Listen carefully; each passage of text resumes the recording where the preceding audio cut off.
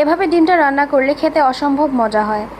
আমার বাসায় মেহমান আসলে আমি কিন্তু এভাবে ডিম রান্না করি, সবাই খুবই পছন্দ করে। তাই ভাবলাম আপনাদের সাথেও শেয়ার করি রেসিপিটা। আসসালামু আলাইকুম বন্ধুরা, সবাই কেমন আছেন? যে যেখান থেকে আমার ভিডিওটা দেখছেন সবাইকে আন্তরিক শুভেচ্ছা ও অভিনন্দন। আজকের রেসিপিটা রান্নার জন্য আমার লাগবে ডিম। আমি ডিমগুলো আগে থেকে সেদ্ধ করে নিয়েছি। এখন সামান্য লবণ দিয়ে ডিমগুলো মাখিয়ে নেব। ডিমগুলো সৌন্দর্যের জন্য আমি এভাবে চারপাশে একটু একটু কেটে নিয়েছি। এখন একটা কড়াইয়ে 1 কাপ পরিমাণ তেল দিয়ে ডিমগুলো দিয়ে দিলাম। ডিমগুলো হালকা বাদামি করে ভেজে নেব।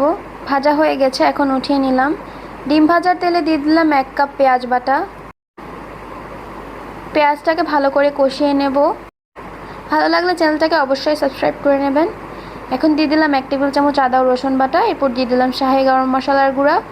এরপর পরিমাণ মতো লবণ দিয়ে ভালো করে মশলাটা কষিয়ে নেব। এখন একটা ব্লেন্ডারে 1 কাপ টক দই, 2 টেবিল চামচ চিনি, 2 টেবিল চামচ টমেটো সস, 1 চামচ চিলি ফ্লেক্স দিয়ে 30 সেকেন্ডের মতো ব্লেন্ড করে নিয়েছি। এখন মশলাটাকে এর মধ্যে ঢেলে দেব। এখন একটু ভালো করে কষিয়ে নেব। মশলাটা কষানো হয়ে গেলে দিয়ে দেব ডিমগুলো। ভালো করে একটু নেড়েচেড়ে কষিয়ে নেব। এখন দিয়ে দিলাম মশলা ধোয়া 1 কাপ পরিমাণ মতো পানি। এরপর দিয়ে দিলাম কিছু কাঁচামরিচ। এখন ঢাকনা দিয়ে ঢেকে মশলাটাকে একটু সেদ্ধ হতে দেব। মশলাটা ঘন হয়ে আসছে, ডিমটা রান্না হয়ে গেছে। ডিমটা এভাবে রান্না করলে পোলাও, ফ্রাইড রাইস কিংবা ভাতের সাথে খেতে অনেক টেস্ট।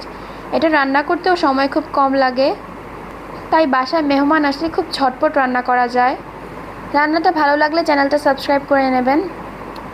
নতুন কোনো ভিডিও পেতে বেল আইকনে টাচ করবেন। আপনাদের সকলের সুস্থতা কামনা করছি। আজকের মতো বিদায় নিচ্ছি। ভিডিওটা দেখার জন্য সবাইকে অসংখ্য ধন্যবাদ। আল্লাহ হাফেজ।